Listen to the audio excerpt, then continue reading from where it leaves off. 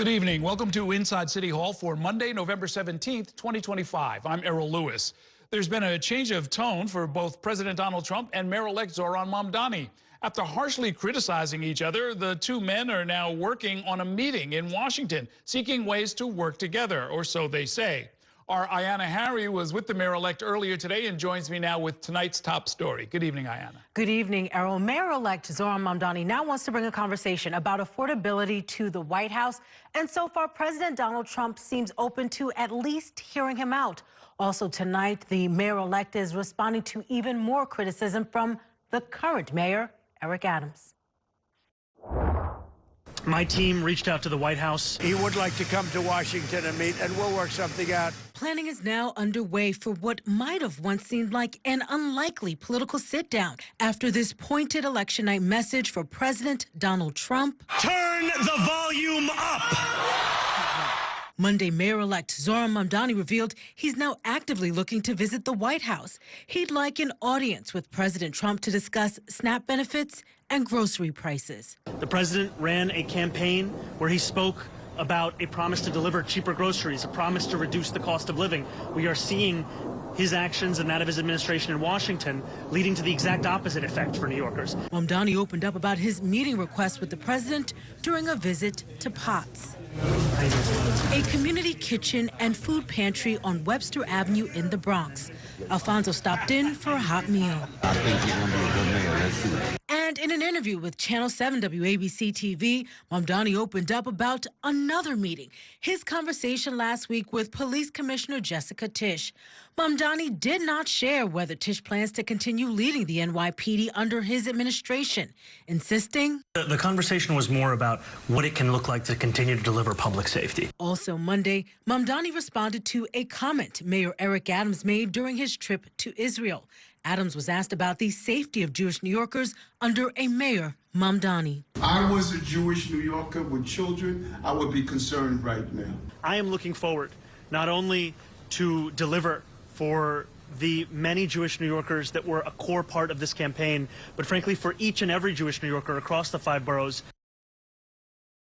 And we have now learned that Mayor Eric Adams will continue to remain outside of New York City at least until Sunday. The next stop on his international trip is Uzbekistan, Errol. And what will he be doing there? Do we know? It's unclear, but the mayor has said the main goal of his travels is to promote the interests of New York City and to build relationships that could potentially benefit New Yorkers. And was the mayor suggesting that things are going to get worse, or he'd be more concerned if he was a Jewish New Yorker after January 1st, or is he talking about right now? He's talking about after January 1st. The question was specifically about the safety of Jewish New Yorkers during the Mamdani administration, and Mayor Adams responded that he would be concerned, and he said he would be concerned about people's safety as well as for their children. You know, I'm sorry we weren't there to ask the follow-up questions, like, even if your hand-picked police commissioner is still in place?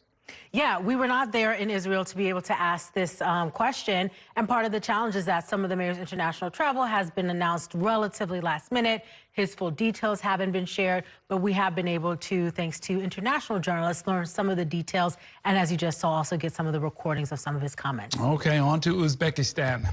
Thanks very much, Ayana. Also tonight, Brooklyn City Council member Chiose took a step toward challenging Congressman Hakeem Jeffries in next year's Democratic primary. The matchup would pit a young Democratic socialist against one of the most powerful Democrats in Washington. Our Bobby Kuza joins us now with a closer look. Good evening, Bobby. Good evening, Errol. And there has been chatter about this for months now, especially because Hakeem Jeffries took so long to decide whether or not to endorse Zohran Mamdani in the general election. So there's a lot of discontent on the left. There was this question of whether somebody would run against Jeffries in a primary from the left, and it appears that that's now exactly where we're headed. As recently as last Wednesday, Brooklyn City Councilman Chiose dodged when asked about running for Congress. There's a lot of work to do in the council. Focused on my time in the council. But Osei moved closer to a run on Monday, filing paperwork to create a campaign committee to challenge Brooklyn Congressman and House Democratic leader Hakeem Jeffries. In a statement, he said, quote, "The Democratic Party's leadership is not only failing to effectively fight back against Donald Trump, they have also failed to deliver a vision that we can all believe in.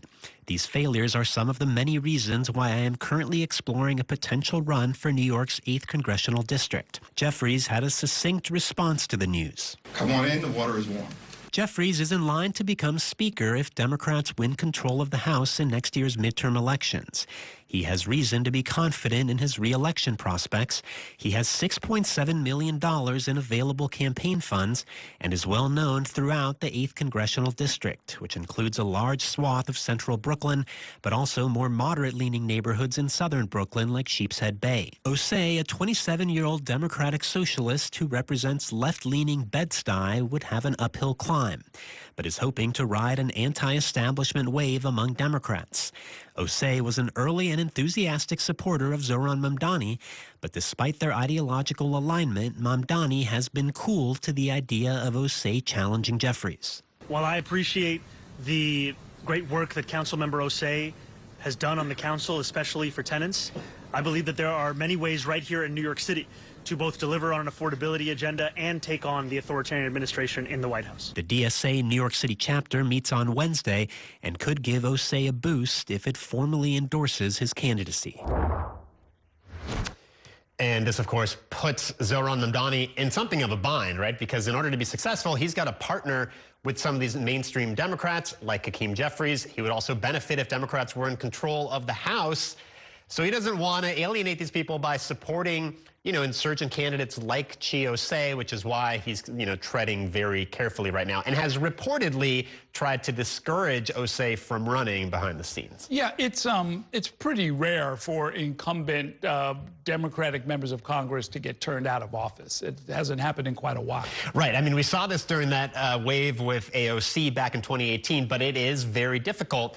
And Osei is not well known in the district. The district is fairly diverse in the sense that, it covers places like Brighton Beach and Sheepshead Bay, and then it goes up to Bed-Stuy, which is significantly more liberal leaning. So Osei is going to have to appeal to the entire district. He's going to have to get his name out there, and he doesn't have the money. So it's going to be a tough ride for him. He's a relatively new member of the Democratic Socialists, right? It's not like he's one of their candidates who won way back when. Exactly. I think he just recently joined in the last few months. So he's always been, a very left-leaning member of the city council, but he wasn't a card-carrying member of the DSA until recently. He really kind of got, I think, probably the most public attention for the bill that was his a few months ago that banned brokerage fees being charged to renters. I think he's probably gained the most recognition from that piece of legislation. Okay, thanks very much, Bobby. We're going to take a short break now. When we come back, the leading contenders for City Council Speaker are making their case tonight about why each of them believes they'd be the best person for the job. We're going to bring you a live report from the Candidates Forum in Chelsea next. Later on tonight, I'll be joined in studio by Morris Katz, one of Mamdani's top advisors. We'll talk about his historic win and what it means for the future of the Democratic Party. Stay with us.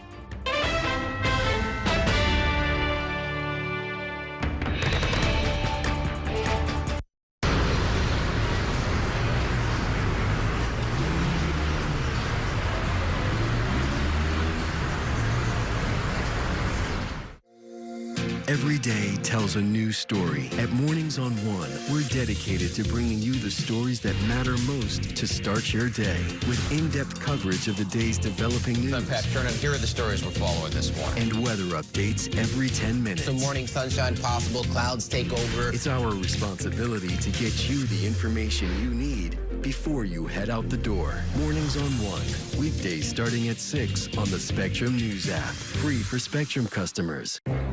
Spectrum TV, isn't that only live TV? No, it's only all my favorite streaming apps with live TV. Okay. It's only all included at no extra cost. And that's the magic of math. Will this be on the test? Sure. Why not? It's only one simple payment for all our TV. We gotta simplify and win. Winning is equally important. If not, more so. Yeah! Only Spectrum TV, fixed TV. I'm Sandra, this is Jorge, and we were adopted in 2019. I remember when they first came to us, Michael was already a teenager. The whole cliche of, they're so lucky to have you guys, and it's the other way around. They have changed our family for the better. They chose to love us. They didn't have to. They chose us. Family. Learn about adopting a teen from foster care. You can't imagine the reward. Visit adoptuskids.org. And that's a look at some of what's in the papers this morning. You've done at the sports section.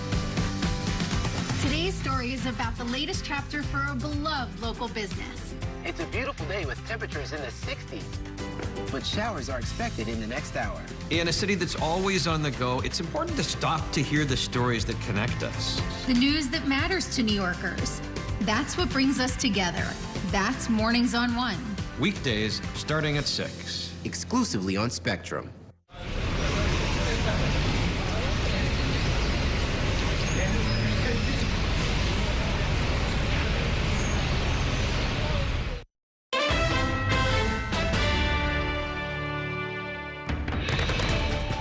Welcome back to Inside City Hall. Tonight, the Association for a Better New York is hosting the 5 city council speaker candidates for a forum where they laid out their vision for the city, and they took questions from ABNY members. Our Kelly Mena joins us now live from the Whitney Museum of American Art with a closer look at tonight's forum. Good evening, Kelly.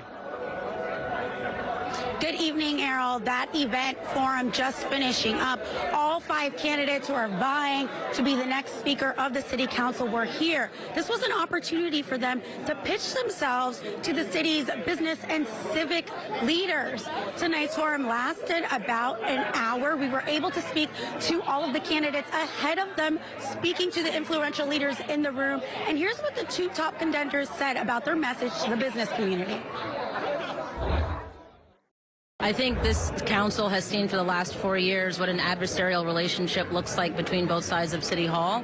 What I'm looking to do is offer a productive working relationship with the other side of City Hall while also holding the mayor accountable. We need to make sure that we are creating jobs, that we're creating the economic revenue that supports this city, because by creating that economic revenue, it allows us to build more affordable housing, to do universal childcare, to build more parks. All of the urgent things that the city needs depend on a strong and vibrant economy. And the candidates during that forum were also asked to list off their top 3 priorities if they're the one that ends up being the next speaker of the council. And here's what they said. Economic justice and jobs, housing, continuation of the good work we've been doing there with city FEPS vouchers and fighting the housing crisis. And transit justice, coming from a community that's a desert. We are going to reform every single facet of the city council. Reform legislative process, how to introduce bills, which bills get a hearing, which bills get a vote, the budget process. I would create a subcommittee underneath the Committee on Gov Ops that would focus solely on what's happening out of Washington to be able to protect New Yorkers. Second is addressing the affordability crisis. When it comes to that all-important question about how they would work with the incoming mayor-elect Zohran Mamdani, all of them had similar answers, talking how they would be a partner to the incoming mayor, that they would work collaboratively, but that they would also hold him accountable. We know Mayor-elect Zohran Mamdani has a big, ambitious plan when it comes to affordability in the city, and he's going to need the speaker to help him with it. Back to you, Errol. So now, Kelly, there are a number of ABNY members who are pro-business, pro-real estate, very worried about the Mamdani administration. Did they directly or indirectly suggest that the next speaker should help them push back against Mamdani proposals that they don't like? Well, they didn't say it in those terms, but obviously they're looking for an advocate when it comes to City Hall. As you mentioned, we know the business community was one of the ones most hesitant and fearful of a mayor-elect Zohran Mamdani. They're looking for a speaker that can speak to their priorities, advocate on their behalf, and make sure that their businesses aren't being hurt. A lot of the questions tonight centered around local businesses, small businesses, and big corporations. You know, it's not just the public, but these employees at these large corporations that some of these business leaders worry about. They're also the ones that need to be able to stay here and afford to live in the city. So that was something on everybody's mind, but not a question that was asked directly. Okay. Thanks very much, Kelly.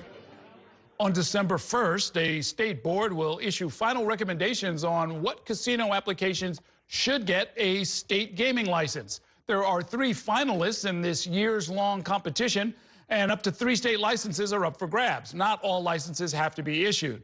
The board toured the 3 potential casino sites today, and our Courtney Gross tagged along for the ride all day. She joins us now with details from the floor of the Resorts World Casino in Jamaica, Queens. Good evening, Courtney.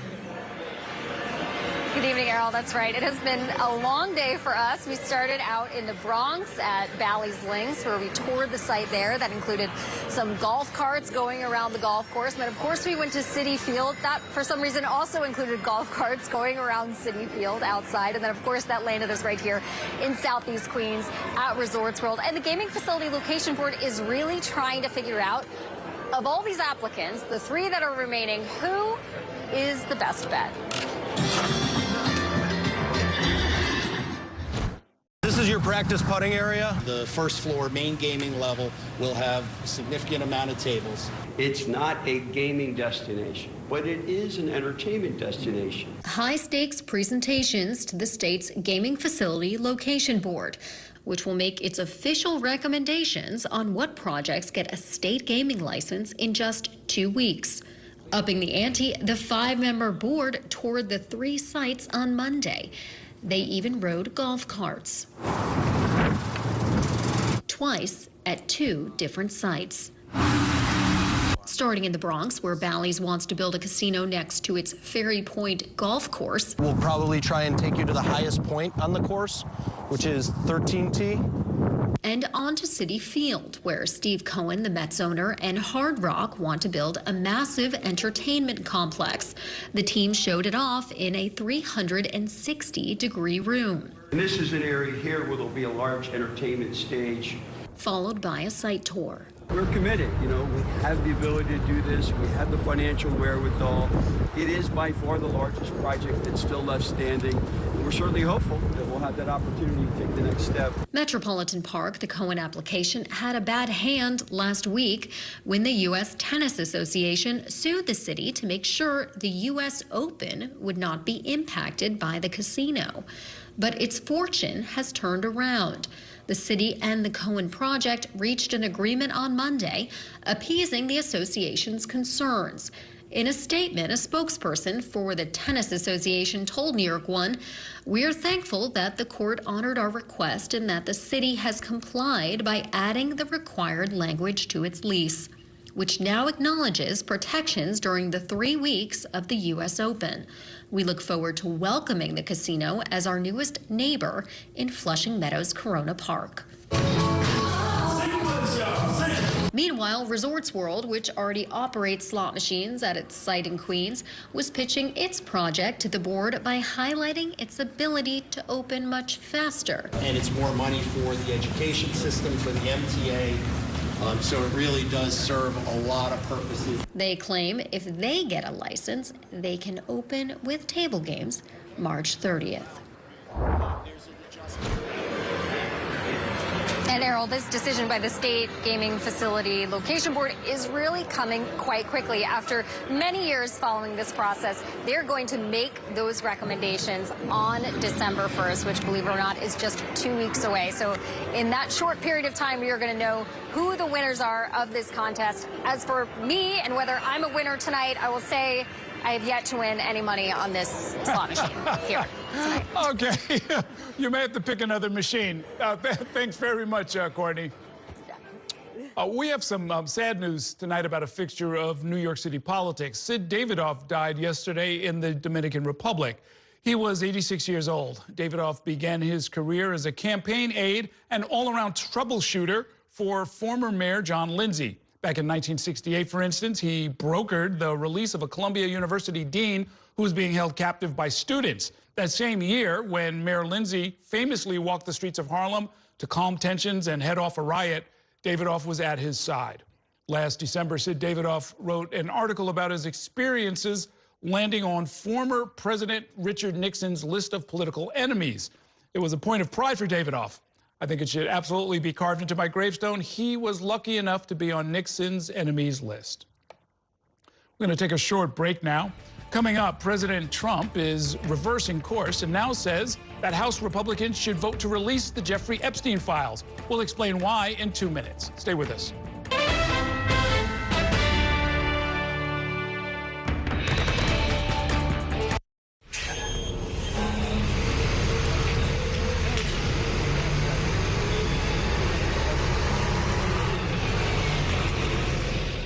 At Spectrum News, we're committed to strengthening the fabric of local communities through our reporting, with stories that inspire and news that matters on your smart TV and connected devices, streaming live 24/7, plus on-demand weather forecast to help you stay prepared. It's all there as you step outside with the Spectrum News mobile app, keeping you informed and in the know throughout your day. Spectrum News, free with your Spectrum subscription, exclusively for Spectrum customers, now available on your favorite devices. It's only a game. It's only a little rivalry. It's only a ritual. When I come home and a few generations.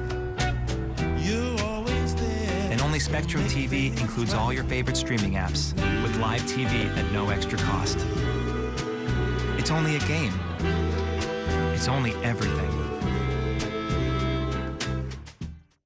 Mom was always organized, but she started forgetting to pay her bills on time. And she'd buy the same gifts over and over. Telling the girls about my Alzheimer's diagnosis was really hard. At first, we had our cries, but then we were like, okay, let's make a plan. Early detection gave us time to adapt together.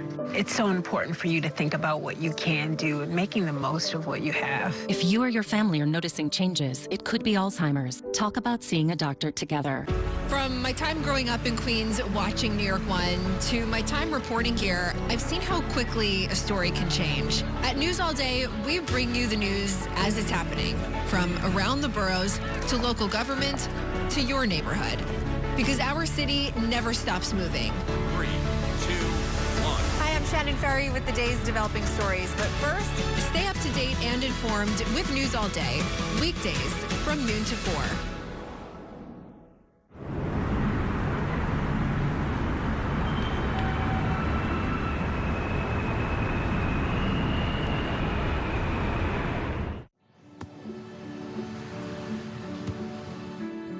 I don't remember how it started.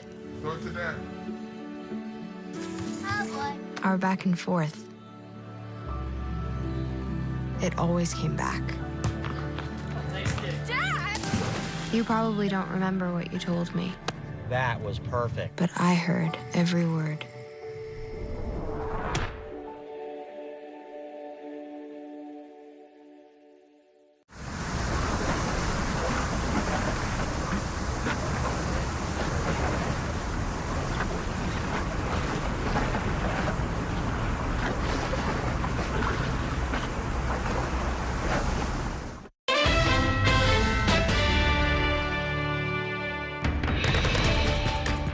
Welcome back to Inside City Hall. President Donald Trump has reversed course and says that he now supports House Republicans voting to release the Jeffrey Epstein files. A sizable number of Republican lawmakers already were prepared to vote for releasing the documents.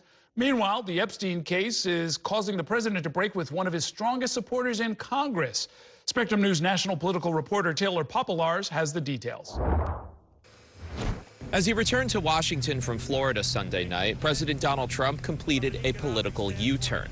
He posted that House Republicans should vote to release the Epstein files because we have nothing to hide, and added, "I don't care. All I do care about is that Republicans get back on point, which is the economy, affordability." It was a notable shift because the president has spent months dismissing bipartisan pleas for the release of all files from the investigation into convicted sex offender Jeffrey Epstein. This is a Democrat hoax that never ends. The House of Representatives is expected to vote Tuesday on forcing the Justice Department to release the Epstein files. Many Republicans were expected to support it even before Trump announced his about-face. But his switch indicates an awareness of the political toll this controversy is causing. So they're using Jeffrey Epstein as a deflection from the tremendous success that we're having as a party. The president campaigned last year on releasing the Epstein files and has frustrated even some allies by not following through on it. Georgia Congresswoman Marjorie Taylor Greene, considered one of the president's diehard supporters in Congress, has started criticizing him over it. I have no idea what's in the files. I can't even guess, but that is the questions everyone is asking, is why fight this so hard? It led to the president this weekend rescinding his endorsement of her and calling her a traitor. She was asked about it on CNN Sunday. The most hurtful thing he said, which is absolutely untrue, is he called me a traitor, and that is so extremely wrong, and those are the types of words used that can radicalize people against me and put my life in danger. The president then responding. Marjorie Traitor Greene, I don't think her life is in danger. Frankly, I don't think anybody cares about her. President Trump has never been accused of criminal wrongdoing in connection with Epstein. He said Monday that he's fine if the Senate takes up this legislation after the House passes it, and he would be open to signing it, but he wants Republicans to stop talking about it. It's also worth noting that the president could order the release of these documents without Congress getting involved. Reporting at the White House, Taylor Popolars, Spectrum News. It is time for a break. Coming up, Mayor-elect Zohran Mamdani's historic win established a new blueprint for candidates around the country seeking to mimic his success. I'll talk about Mamdani's campaign strategy with one of his top advisors. That's coming up next. Stay with us.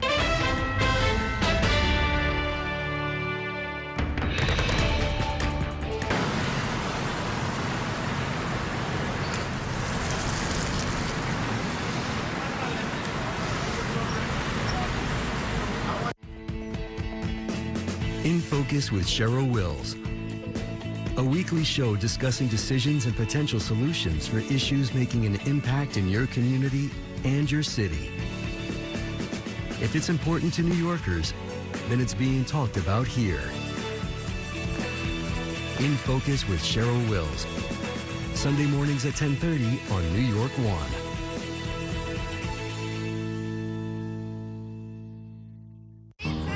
It's only a slice.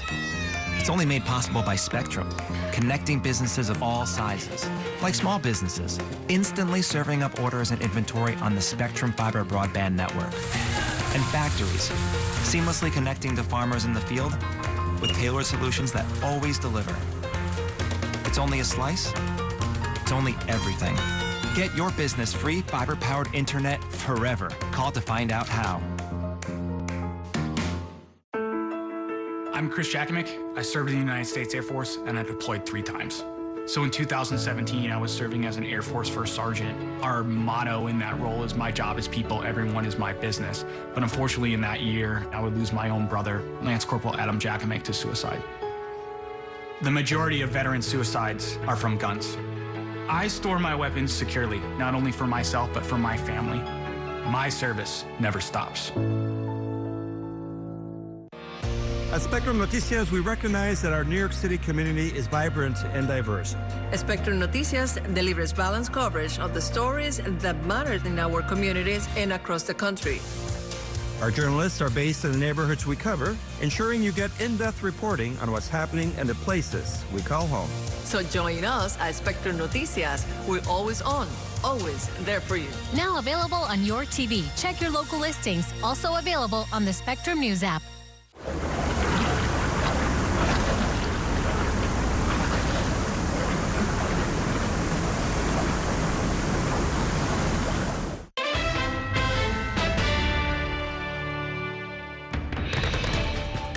Welcome back to Inside City Hall, where we are continuing to pull back the curtain on Mayor-elect Zohran Mamdani's historic win. Mamdani, who is 34 years old, is set to make history as one of the city's youngest mayors in more than a century. It was his campaign messaging that galvanized younger voters in particular, those who were fed up with the status quo of the Democratic establishment. My next guest, Morris Katz, is one of the engineers behind Mamdani's success, especially with the youth vote. He is a 26-year-old campaign strategist who served as a senior advisor to Mamdani. He has also worked on a number of campaigns around the country, including for Pennsylvania Senator John Fetterman. Welcome to the program. Great to see you. Thanks so much for having me, Mayor. I appreciate it. Absolutely. How did you get connected up with the Zohran Mamdani campaign? In about April of 2024, some folks put us on a group text together, and he asked to get coffee at a Kawa house in Astoria.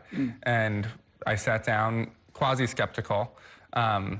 And within 2 minutes, I knew that he would be the next mayor of New York. What did you hear in those 2 minutes? Just a clear vision of what the crisis was that was facing New York, an affordability crisis, a lack of faith in government, and he countered it with a clear vision of how government could actually make people's lives better, that government could take on this affordability crisis, and that there are many things that a mayor can do, and that we could campaign off of a politics investing in what's possible, not just kind of held back by what has been, that we could show up in communities that had been left behind, that we could energize young people disenfranchised with our politics and who didn't see their future in our city, and build a new coalition to bring in a new day in our city. A lot of candidates and their consultants say, we're going to expand the electorate, we're going to bring young people in, we're going to build excitement. They haven't been able to do it, but you did. Why? Because I think for Zohran, it wasn't a slogan, it was a guiding belief.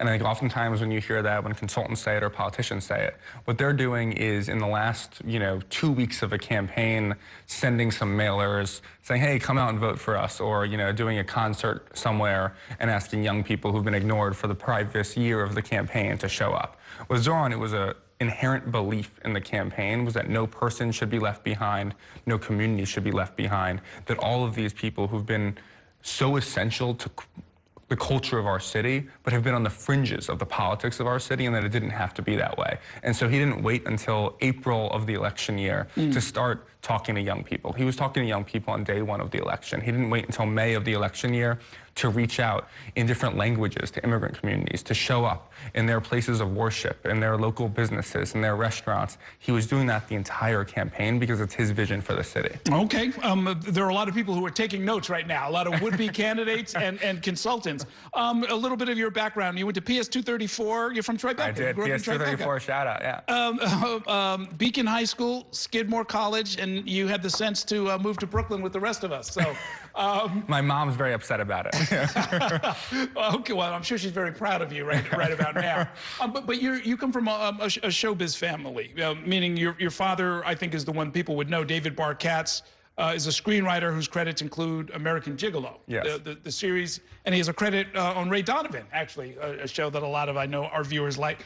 And you actually sort of have some experience in showbiz that I think is probably playing out now in your role as a political strategist. Absolutely. When growing up, I thought that's what I wanted to do, and grew up on sets, working as a production assistant, shadowing my dad on different productions. And I think what attracted me to that was that arts and entertainment are a way to connect with people, to make people feel something, to brighten their day a little bit, to expand their vision of what's possible. And what I've come to see is that politics can be that too, that we can tell a story that lifts people up, that gives them hope, that makes them feel something, feel part of something larger, and ease the burden just a little bit, and that there's an importance in a society and a culture that's more isolating than ever, that there's a responsibility we all have to bring people together, to make people not feel so alone. And I think that that's something that arts can do, and that's also something that our politics can do if we have the right candidates. Was there an arc? It's interesting, because I'm thinking you probably have this in common with Zohran Mamdani, who also grew up as a production assistant working on his mom's movie sets. But was there an arc? Was there sort of a large story throughout this, or is it just kind of, episodes of, hey, look, here's hope, here's solution, please feel better, and then we'll tell a different version of that next week? I think Zohran's campaign was him telling a story of what this city could be, and also of what city government is. And I think there are so many people, again, who've lived in this city for decades, but have yet to see themselves reflected in the way politicians talk about this city. And to tell a story where that they're not just, side characters, but main characters, was deeply impactful. And then on top of that, I think there was this, the affordability agenda does not just exist in a vacuum. It exists in the context of a larger story about what is government's role in our city. That it is not government's job to just sit by on the sidelines while working people are pushed out of this city, but that there is an affordability crisis, and it is government's job to address it. When people say, when Mamdani's critics say that the rent freeze and some of the other proposals won't work or can't get done, that kind of a thing, is this an instance where what they actually seriously fear is that it will succeed and that a lot of their assumptions and maybe a lot of their financial and political interests are going to crumble underneath that? I don't think Bill Ackman spent $4 million against Zohran Mamdani because he thought he wasn't going to deliver universal child care, that he wasn't going to make buses fast and free, or that he wasn't going to freeze the rent. I think these are things that Zohran Mamdani can do. They're things that Mayor Mamdani will do. And they're things that are going to raise the quality of life for all New Yorkers. And that's something even many of the people who've opposed some of these policies. Universal child care, when the city right now is spending over $10 billion on universal child care, the crisis is not addressing universal child care. The crisis is not addressing the slowest buses in the nation and making them fast and free. The crisis is that rent is unaffordable for everyone, or just about everyone right now. It would be insane to not do everything in city government's power to freeze that rent. And I think that the fear is oftentimes connected to other things, not connected to a lack of faith in his ability to get them through, or a lack of belief that these will make people's lives better. I sometimes wonder if some of the policymakers and politicians think that, you know, if he does get this done, because when I talked with Dean Foulahan, the incoming first deputy mayor, he said, this isn't going to be as hard as people think. I think that's right. and he knows government, and, you know, it dawned on me for the first time, there's like, if they pull this off, there are going to be a lot of people with egg on their face, so to speak, sort of saying, wow, we spent, you know, $40 million literally explaining why this couldn't get done. And then these folks came in and they got it done. Well, I think a lot of those people already have egg on their faces because they're the same people who said in April that he would never win a Democratic primary. They're the same people who said 9 months before that he would never even be viable. They're the same people who said it would all crumble in a general election. And I think that this is, you know, something about Zohran. Is he demands a culture of excellence. He pursues excellence relentlessly. And it was that culture that took the campaign from polling tied with somebody else at 1% to defeating and toppling a political dynasty. And I think it's going to be that same culture of excellence that delivers this agenda in City Hall. And it's going to be some of those same people with egg on their face. You know, coming down the home stretch of the campaign, it got unusually vicious. There were, you know, some of these ads that came out that were just horrible, just inexcusable. Did you all consider answering in kind or making a big deal about it and having a big press conference and so forth? I mean, I do remember the speech that Mamdani gave that was addressed to the Muslim population, but under the circumstances, you all were somewhat restrained, I thought. I think that there's no room for the politics of Islamophobia, or even, frankly, for the politics of Andrew Cuomo in our city. They were willing to do anything they thought was needed to win, and that included horrible, blatantly racist things. And I think we felt like the proper way to address it was what Zohran did, which was speak exactly to the Muslim community. Because those horrible ads, they were hurtful to Zohran, to his family, but he wasn't concerned about that. He's concerned about the people who weren't the Democratic nominee or aren't the mayor-elect. And what does that say? What kind of permission structure does that create? And that we just can't have room for that in our city anymore. I think one thing that's really encouraging after the election is that this was a vision that was rejected by New Yorkers. New Yorkers were exposed to millions and millions of dollars in attack ads saying the worst, most horrible things imaginable, and they chose hope instead. They chose unity instead. They chose a different vision for New York. And I hope that anyone watching who's thinking about running for office, who's thinking about making ads to run for office, keeps that in mind, that there is no room for the politics of Andrew Cuomo in our city anymore. Okay. We will see you out on the campaign trail because you're always working on these other campaigns all around the country. We want to hear about those. I know your phone's ringing off the hook these days. Thanks so much for coming by. Thank you so much, Errol. Okay, we're going to take a short break now. When we come back, we'll keep our focus on the transition when I'm joined by two top consultants. Stay with us.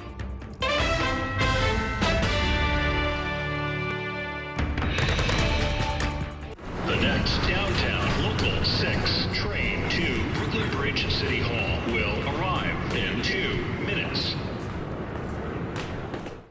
After 30 years of forecasting for New York, I've learned it takes a dedicated team to cover all the weather our city has to offer.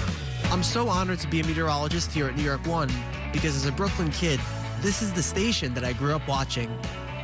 Morning, noon, or night, our team is here to bring you accurate forecasts you can count on, from severe weather updates to our weather on the ones. Watch the New York One weather experts on your TV and on the go with the Spectrum News app. Your entertainment the way you want it. With Spectrum TV, all these streaming apps are included at no extra cost. So you can watch anything.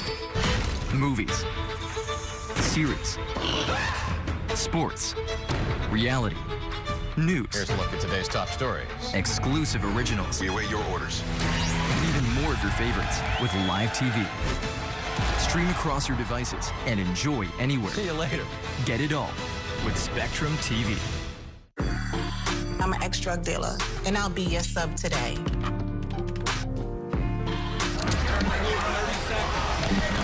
Two milligrams of fentanyl can be lethal.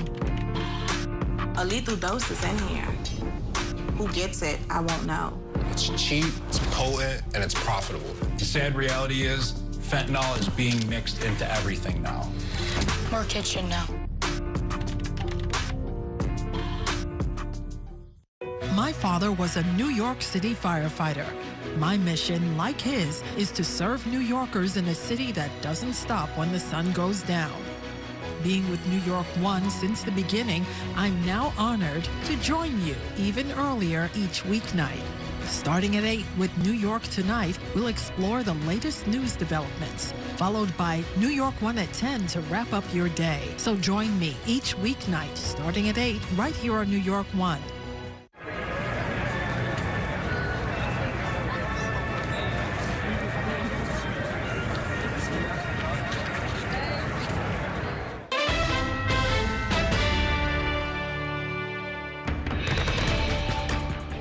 The mayor of New York, I will say, would like to meet with us and we'll work something out. But he would like to come to Washington and meet, and we'll work something out. We want to see everything work out well for New York. My team reached out to the White House to fulfill a commitment I made to New Yorkers over the course of this campaign, a commitment that showed a willingness to meet with anyone and everyone, so long as it was to the benefit of the 8.5 million people that call the city their home. And I will go to make the case to the president and to anyone, frankly, that these are the kinds of things we need to change if we want to make it easier for New Yorkers and for Americans to afford the day-to-day necessities of their life. Welcome back to Inside City Hall. That was President Trump yesterday saying that he plans to meet with Mayor-elect Zohran Mamdani soon. And as we told you earlier, Mamdani today said that his team has reached out to the White House to help set up that meeting. Joining me now to talk about that and much more are the members of this week's Consultants Corner. Democratic consultants Tess McRae and Austin Shafran are both here with us. Good to see both of you. You never say never, but I'm thinking this is not going to be a bromance when these two get together. Probably not. I mean, I think it's important to know that Trump's exact words is he would like to meet with me, right? So, you know, classic Trump positioning the power around himself. You know, I think it's interesting. I always think of the line from Hamilton of winning is easy and governing is harder, right? So this is the time where Zohran Mamdani is stepping in as mayor-elect, soon to be mayor. He has a real threat with Donald Trump saying he's going to ramp up ICE presence, you know, deny New York funds, et cetera, et cetera. But, you know, I think on the other end, to consider what Trump could get out of this is Trump is talking about Epstein yet again. He is not doing so well in terms of public favor. So I can't imagine that he wants tanks rolling down Fifth Avenue, ICE police continuing to be caught on footage with, you know, gator masks on. There's a lot of chaos and a lot of I think negative backlash that comes from that. So I think if he can, of course, always on Trump's terms, make it look like he's cooperating a little bit with the mayor. I mean, the chaos is deliberate, though, right? I mean, you know, they're not accidentally jumping out of helicopters while the cameras are rolling and doing needless raids that yield no arrests, which is what they did in Chicago. No, it seems to all be very well staged and very well choreographed. Look, I think this is a brilliant move by the mayor-elect to reach out. He's obviously staked out a very strong platform, a very strong affordability agenda, and very strong feelings about how he's going to defend and protect New York against massive deportations, cuts, militarization, deployment coming to our city. And you can either figure out a way to work with the president or work around the president. Either way, getting a chance to meet with him, understand the intentions, and play into the theater a little bit could probably be beneficial for both the mayor-elect and, to extent, the president, who's just coming off the longest shutdown, government shutdown in the history of the country. Yeah, we shall see. Let's talk about the current mayor for a minute. He's in Israel right now. We just got word that he's going to be leaving from there and going to Uzbekistan. But I wanted to bring up something that he said while he was I believe he was still in Tel Aviv. He says, if I were a Jewish New Yorker, I'd be concerned about my children. He said, everything is not fine. And he said, the Free Palestine movement was never about land. It was about the destruction and eradication of Jewish people. We are going to have to live with whatever divisions there are. It doesn't sound like the mayor is trying to heal any of those right about now. No, not at all. I think if anything, he's making a very clear point to the mayor-elect. I think should be noted that going back to the primary, Zohran Mamdani was asked if he would take the, almost traditional visit to Israel that often New York City mayors will do, and he said he wouldn't. He wanted to focus on what was going on back at home. What's clear is one of the more effective attacks that was made against Zohran Mamdani was that he was too to the left on Israel and what's been going on in Gaza. So it is intentional. I think it is to make a very clear point, and I think it is certainly to sow a little bit of distrust in the mayor-elect. I don't know how effective the messenger is in this, Mayor Eric Adams. You got to wonder about that. I mean, what's in it now for? I mean, I guess you just have to assume that this is just truly what he believes, because there's no political advantage whatsoever between now and the remaining, 40 days of his mayoralty. Or that he's auditioning for his next job on Fox and Friends, and he's going to be making the commentator round tables and circles, and that's probably a position he's going to be in. He's going to be the on-air critique of the new administration, and he's drawing the battle lines. He's making it clear that, if you say this, you're for this person, you're against this. He's definitely continuing to fan the flames in a way that he probably wouldn't have appreciated an outgoing mayor saying about him. It certainly isn't doing anything to tamp down some of the hostility that we've seen at both sides. And it's an unfortunate situation because I don't think it benefits anyone to have this level of hostility coming into a new administration. Yeah. I mean, I thought the whole idea of an election was, yes, we aired a lot of these issues. We certainly reported on it. We talked about it during the debates. And then we put it to a vote. And New Yorkers decided they wanted to go in a particular direction. Yeah. I mean, we're all going to have to learn to live with that, including Eric Adams, right? Yeah, but I mean, also Eric Adams was someone who decided he wasn't going to run in the primary because he couldn't win in a primary and ran on a third-party line, as did Andrew Cuomo. And then he stepped down for Andrew Cuomo to win. And here we are with Mayor-elect Zohran Mamdani. Okay, let's take a short break. I've got more to talk about with these consultants. We'll do that in 2 minutes. Stay with us.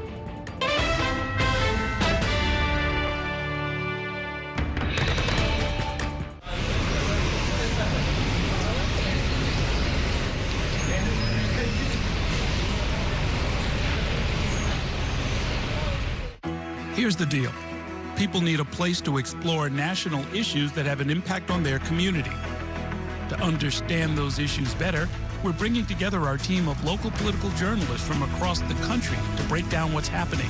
So join us every week to catch up on the key stories making a big difference across the nation and in your local community.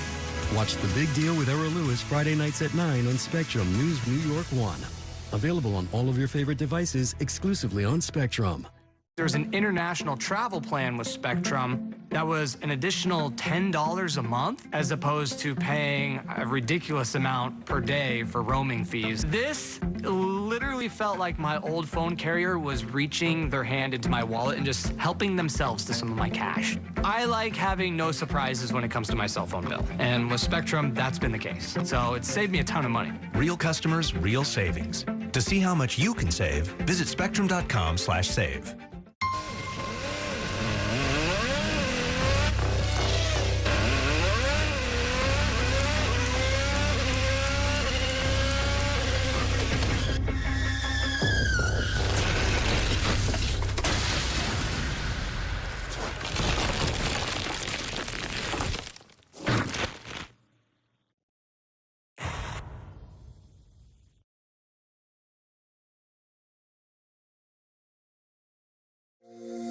Every day tells a new story. At Mornings on One, we're dedicated to bringing you the stories that matter most to start your day with in-depth coverage of the day's developing news. I'm Pat Kernan. Here are the stories we're following this morning. And weather updates every 10 minutes. Some morning sunshine possible, clouds take over. It's our responsibility to get you the information you need before you head out the door. Mornings on One, weekdays starting at 6 on the Spectrum News app. Free for Spectrum customers.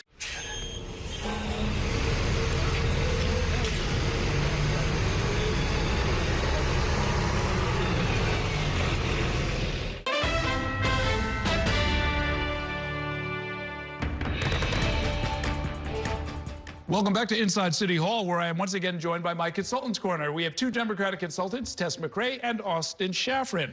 There are a whole bunch of challenges to sitting Democratic lawmakers. Chiose has opened an account. He's widely expected to at least consider challenging Hakeem Jeffries for his congressional seat.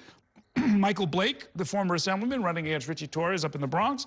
Alexa Aviles, endorsed by the Democratic Socialists of America, running against Dan Goldman. Even Grace Meng has a challenger. Is this a Democratic circular firing squad? What's going so wrong that all of these people are getting challenged? Well, I think, serial killers aren't the only ones that have copycats. We see it in politics. Someone was successful. Zohran Mamdani set the mold. A lot of people think he may have broken the mold because he probably did it better than anyone we've seen in generations. And now you're going to see a lot of far left DSA socialist candidates thinking, I can pull off the same thing on a more local stage, whether it's Congress or in a city or state municipal election. They're going to try to get the gang back together and have be the same change agent that Zohran was. On the other hand, we already came through a citywide campaign about affordability. You're going to have to sort of cast around and look for some issues, or would it be the same issues that they might run on? It'd probably be the same issues, but you're right. When you have a primary challenge against an incumbent, you need a very clear message as to why this incumbent isn't the right choice. So if we go back to 2018, AOC ran against Joe Crowley, chair of the Queens Democratic Party, a powerhouse in D.C. Her case was, this man doesn't even live here. He's in Virginia half the time. He doesn't know the Bronx. He doesn't come to the Bronx. And that was very clear to voters. Yeah, I don't see this man around. I don't know anything about him. We're not going to vote for him. So if you can't make that clear line of why this incumbent is not right, it's going to be an uphill battle. And that was almost heaven sent, right? I mean, that was like a perfect case study because more of the votes were on the Bronx side, and yet here's the Queens leader who's representing the district. That's not true, though, for Hakeem Jeffries.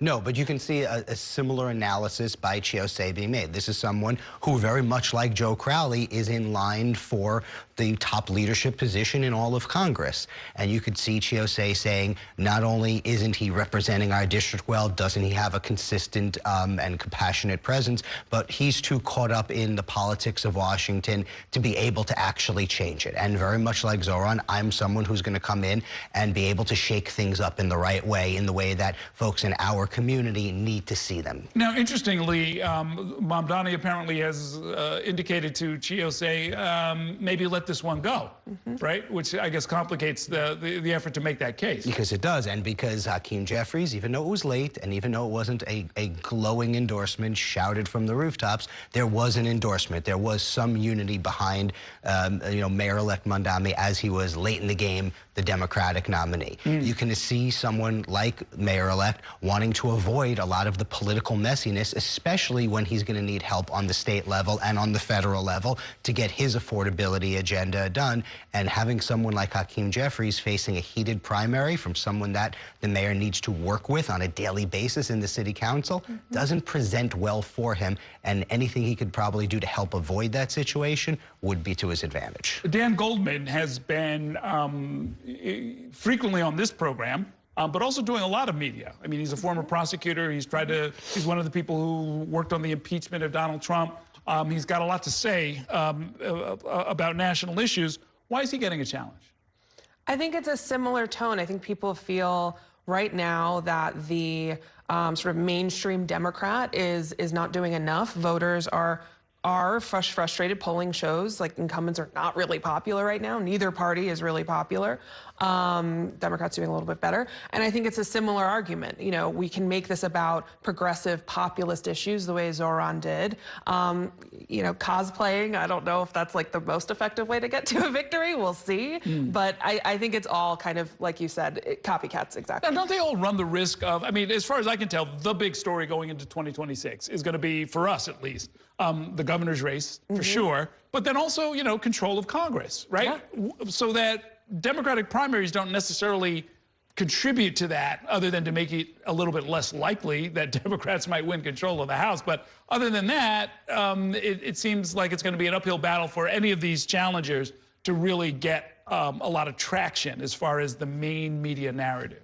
It is, but that doesn't stop any of them from thinking, I can be the next one. I can be the next AOC. I can be the next Zohran Mamdani. Look, and if they think that they're going to be able to weaponize one single particular issue against any of the incumbents, then they're probably thinking wrong. What Zohran did better than anyone was he had a message that reached a broad base of voters, that pulled people in, the attractiveness, the compassion, and the authenticity of, I understand what you're going through here. Affordability is an issue for all of us, and we got to fix it together. That's different than just attacking someone, weaponizing the Israel-Palestine conflict and things like that. So they need to be learning from those successes. Yeah, I mean, as we just heard from Maurice Katz, I don't know what lessons people are taking, but as he said, telling people a simple story, putting them in the center of it, and saying that the whole system is broken, that it's not just this or that policy or even this or that politician, but that it's a system that we have to change.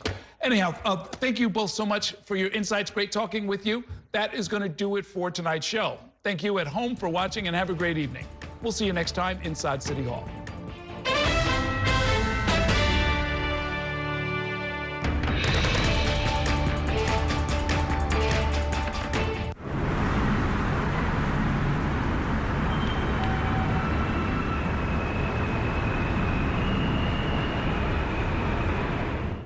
That's a look at some of what's in the papers this morning.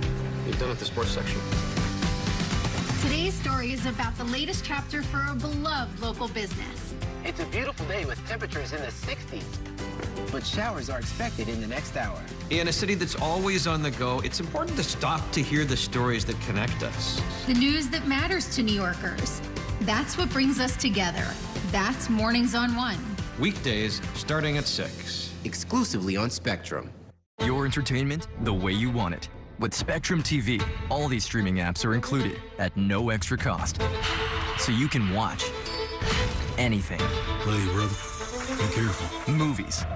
I've got this condition where I don't feel pain. You're a superhero. No. Series. There was another murder in the building. Sports.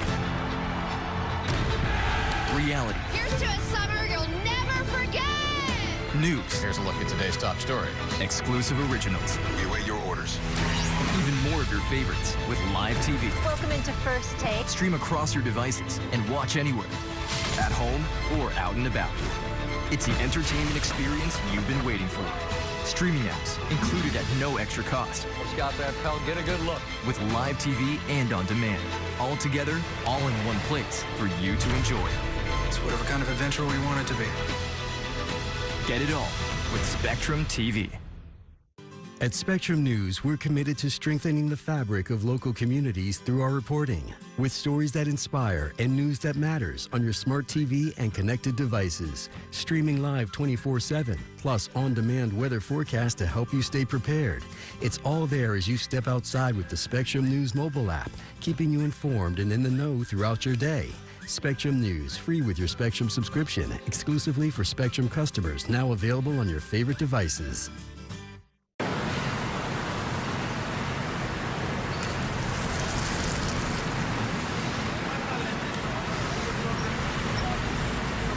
The soundtrack of the city is the background for all of our lives. It's reflected in politics, it's reflected in culture. Letting every piece of that orchestra be heard is what journalism is all about.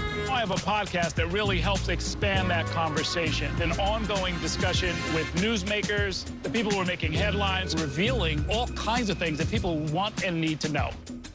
You decide with Errol Lewis, available on the Spectrum News app or wherever you listen to podcasts.